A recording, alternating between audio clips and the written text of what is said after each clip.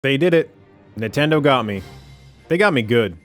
We not only have a new Mario movie coming out that's called the Super Mario Galaxy Movie, but we also have a bit of a drought with games for the Switch too. And guess what they've decided to release? Mario Galaxy 1 and 2, with them being able to be played in 4K on the Switch too.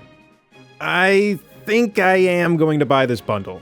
I was originally going to just use my Galaxy 1 that I have on 3D All-Stars, but I bought a 4K TV legitimately in anticipation for the Switch 2, because I had a feeling the console would run in 4K before we even knew what the console was.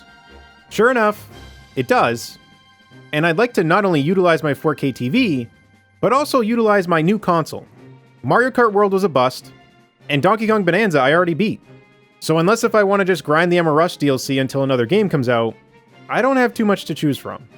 Mario Galaxy 1 and 2 are two games I never really fully experienced.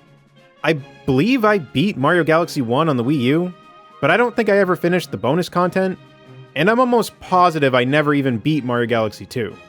I think at the time my goal was to beat these games before Mario Odyssey came out or something like that, but I never ended up following through with that.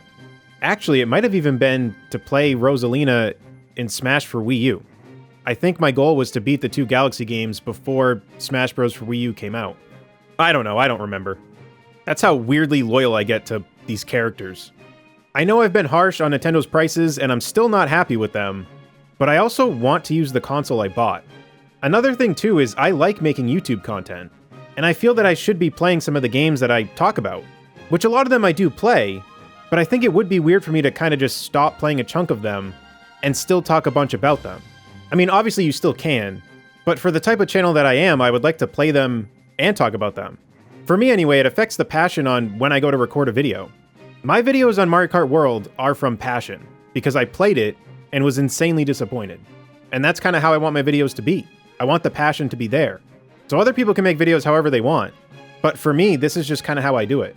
One thing that I have decided to do though, and it hurts to say, is that I'm going to be slowing down on buying amiibo. And honestly, I don't know when I'll get my next one. I bought the Donkey Kong Bonanza amiibo, but there is no way I can justify the two new amiibo for Mario Galaxy being $40 each. I know that they are bigger than the average amiibo, but that is still a price that is way too high in my opinion for me to justify the purchase, just because they're bigger. I know that things going on in the world right now are causing some prices to go up, but I don't think they needed to be this much. For some people, not buying amiibo might not seem like a big deal, but for me it honestly is. Because I used to get so excited to buy the new game and buy the new amiibo. Amiibo were so much cheaper back then that it was so much fun to collect. It honestly added to the experience of me getting a new game. Even when I watch Nintendo Directs, I get so excited to see new amiibo. But now it really isn't the same. I'm sure I'll still get excited to see them, but it feels so weird looking at the prices after, and knowing that I probably won't be getting them. As for Mario Galaxy 1 and 2 on Switch, I've seen enough comparisons that I really would like to experience them the way that they have them made in this package.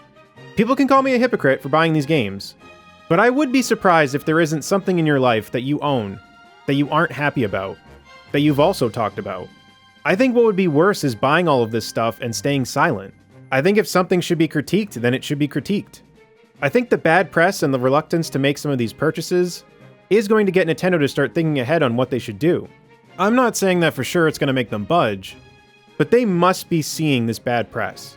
I think that people are going to start to be way more picky on what they buy and what they skip on. Being a YouTuber does give me a little bit more of an incentive to try some of these games. And it's actually something that kind of bothers me with some reviews when they review a game and don't really talk about the price. If you get a review copy, which I don't, by the way, and just ignore the price of something, I feel like it makes it easier to talk about a game and talk more positively about it. Whereas if they have to purchase the game and that price is on their mind, I feel like it'll come out in the review more. I'm not saying that no reviewer ever talks about the price, but I think sometimes it should be factored in more. I would say the game that concerns me the most when it comes to price is Mario Kart World, because what we got does not feel like an $80 game to me, and I fear that we could see another game at $80. We can be mad at Nintendo all we want, but I'm not going to deny that this release was very smart.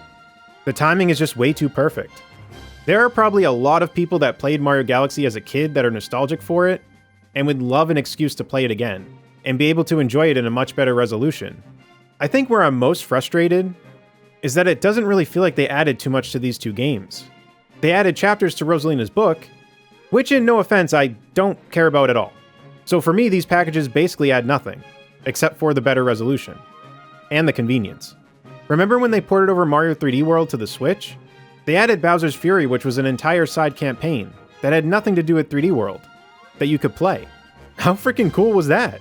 And some of the movement was different too, from the Wii U to the Switch. I believe overall the movement was faster. And actually, now that I think of it, they added online play to the base game of 3D World for the Switch.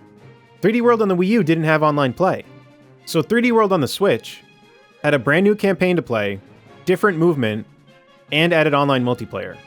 And it was $60. This package is $70, which you are getting 2 full AAA titles, but come on. They couldn't have added any other neat things to this package? I feel like that's what's changed with the Switch too. It feels like stuff they used to do that was fun is now done in a not so fun way. Donkey Kong Bonanza got added content that was $20 soon after the game came out, compared to Mario Odyssey that got free DLC. And again, my example with 3D World getting a port that had actual added content. You could argue that Wii U owners had to buy the game again, which I was actually one of them, but Mario 3D World is one of my favorite games. So honestly, yeah, it stunk to have to buy it again, but I now conveniently have it on the Switch. And 3D World was nowhere near as old as what Mario Galaxy 1 and 2 is. Mario Galaxy 1 and 2 are all the way back from the Wii. 3D World was just one generation behind. And it actually had things added to it. And now I can play it on the Switch too. Maybe for some people those Rosalina pages add enough for them, but I definitely am looking for more when it comes to a remaster of sorts. I really don't need Rosalina tucking me into bed and reading me a story. That's Candy Kong's job. So I will most likely be getting this bundle, and I will still be on Nintendo's case about prices if they seem to be unfair. Mario 3D All-Stars will forever be one of the weirdest releases to me, because you can now play Mario 64 on the NSO, Mario Sunshine will probably come to the NSO as well, and Mario Galaxy in that package won't run at 4K. I think Mario 64 and Mario Sunshine run at a better resolution than what the NSO does or will do, but I'm honestly not even sure about that at this point. So who knows? Maybe in 8 years we'll be talking about how the Galaxy Double Pack makes no sense. Because maybe they'll have a Super Mega Mario Pack that has Mario 64, Sunshine, Galaxy 1 and 2 all running in 8K. Or maybe they all get crazy remasters and don't even look the same. Who knows? But what I would like to know is, are you going to be picking up the Mario Galaxy 1 and 2 bundle? Let me know in the comments down below. If you enjoyed this, feel free to leave a like, subscribe for future content, and until next time, I'll see you all later. Take care, everyone.